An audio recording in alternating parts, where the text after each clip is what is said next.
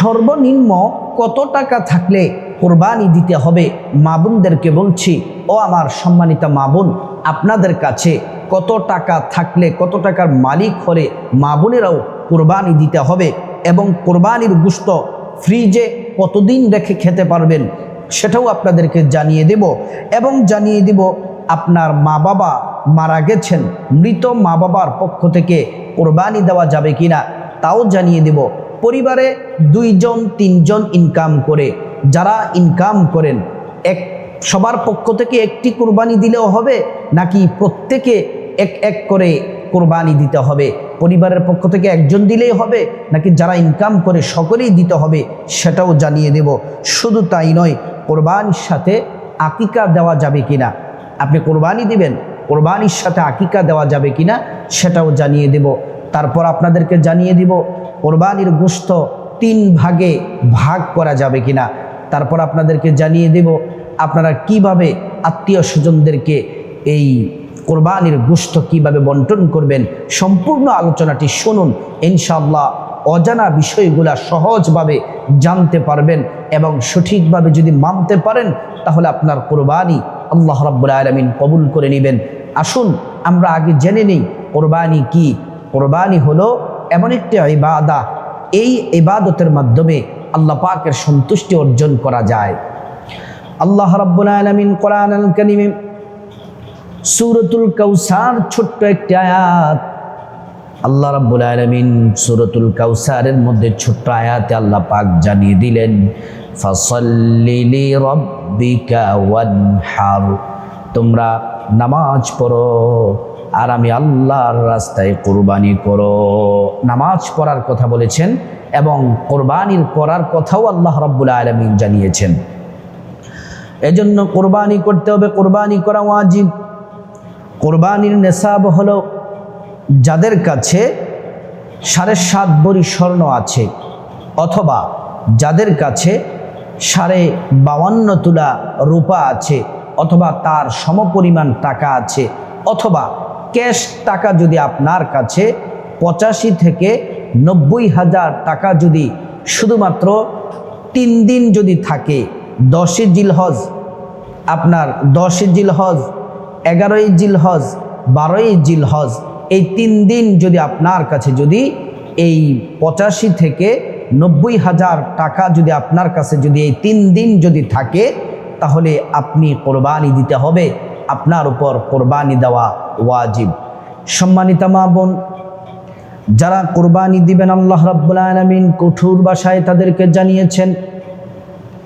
নবীজি সাল্লাল্লাহু আলাইহি ওয়াসাল্লাম সেই কথাটাই হাদিসের মাধ্যমে জানিয়ে দিয়েছেন। আন নবী হুরায়রা ক্বালা রাসূলুল্লাহি সাল্লাল্লাহু আলাইহি ওয়াসাল্লাম, মান ওয়াজাদা সাআতুন ফালাম ইউদহু ফালাম ইয়াকরাবান্না মুসাল্লানা। হযরত আবু হুরায়রা রাদিয়াল্লাহু আনহু বলেন, আল্লাহর নবী বলছেন, যারা সামর্থ্য আছে কোরবানি করার, সামর্থ্য থাকার পরেও যারা কোরবানি করবে না, তারা যেন ঈদুল আজহার নামাজ পড়ার জন্য ঈদগাহে যেন তারা না আসে। তাদের জন্য ঈদুল আজহার নামাজ নয়। যারা সামর্থ্যবান কোরবানি দিবে আল্লাহকে সন্তুষ্টি করার জন্য, তারা আসবে, এবং যারা সম্পদের মালিক হয় নাই তারাও যাবে, কিন্তু সামর্থ্য আছে কোরবানি দিবে না, তাদের জন্য এই পবিত্র ঈদুল আজহার নামাজ না।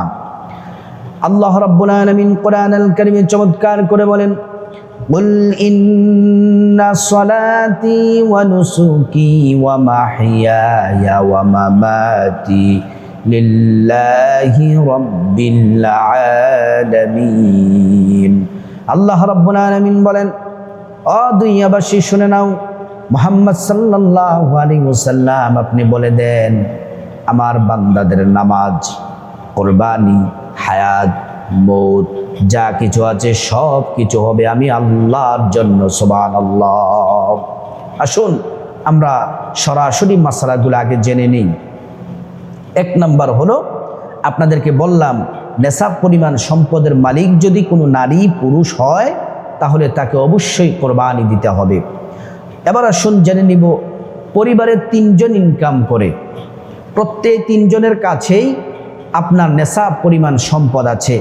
এখন তিনজনে মিলে একটি কোরবানি দিলেই হবে নাকি পৃথক পৃথকভাবে আলাদা কোরবানি দিতে হবে? সম্মানিত মা বোন, মুসলিম ভাই আমার, প্রত্যেককে আলাদা আলাদা কোরবানি দিতে হবে। অর্থাৎ আপনি সবাই একত্রে একটি কোরবানি দিলে হবে না, কিন্তু প্রত্যেকে কোরবানি দিতে হবে। এটা হতে পারে আপনি শরীকে দিতে পারেন, এটা হতে পারে পৃথকভাবে দিতে পারেন, কোনো সমস্যা নেই, কিন্তু কোরবানি দিতে হবে।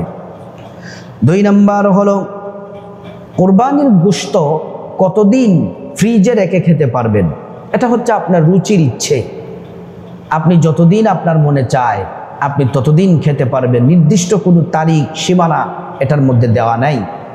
কিন্তু কোরবানি তো আল্লাহর জন্য, যতটুকু পারেন কোরবানির গোশত আত্মীয় স্বজন, ফকির মিসকিনদেরকে, এতিমদেরকে দিয়ে দিবেন। তারপর আপনি আপনার রুচি অনুযায়ী আপনি যদি 1 মাসে খেতে পারেন, 1 সপ্তাহে খেতে পারেন, অথবা 4-5 মাসে খেতে পারেন, সেটা আপনার ইচ্ছে। 3 নম্বর মাসালা হলো মৃত ব্যক্তির পক্ষ থেকে কোরবানি দেওয়া যাবে কিনা। এখানে 2টি কথা ভালো করে শুনুন। একটি কথা হলো আপনার মা বাবা মারা গেছেন, আপনার মা বাবার পক্ষ থেকে কোরবানি আপনি দিতে পারবেন। কিন্তু আপনার মা বাবা যদি ওসিয়ত করে যায়, ওসিয়ত যে আমি মারা গেলে আমার নামে কোরবানি দিও, ওসিয়ত যদি করে যায়, ওসিয়ত করে গেলে তাদের নামে কোরবানি দিতে হবে। আর এই কোরবানির গোশত এতিম মিসকিনদের মাঝে ভাগ করে দিতে হবে। আর যদি কোনো ওসিয়ত করে না যায়, তাহলে আপনি সেই গোশত 3টি ভাগে ভাগ করবেন। আপনারা যেমন করে কোরবানি, সাধারণ কোরবানি যেমন করে গোশতগুলো বন্টন করেন তেমনভাবে করবেন। 4 নম্বর হলো কোরবানির পশুর সাথে আকিকা দেওয়া যাবে কিনা। অনেকে আছেন টাকার জন্য, অভাবের জন্য সন্তানদের আকিকা দিতে পারেন নাই, এখন চাচ্ছেন কোরবানির সাথে আকিকা দিয়ে দিবেন। এটা নিয়ে অনেকের মনের মধ্যে সংশয় থাকে, সন্দেহ থাকে। অবশ্যই আপনি কোরবানির সাথে আপনি আকিকা দিতে পারবেন। যেমন একটি পশুতে, গরুতে 7 জন দিতে পারবেন কোরবানি, 7টা অংশ হবে। 7 অংশের মধ্যে ধরেন আপনি 4 অংশ দিলেন কোরবানি, আর আপনি 3 অংশ দিলেন আকিকা, এমন করে দিয়ে দিবেন, কোনো সমস্যা নেই।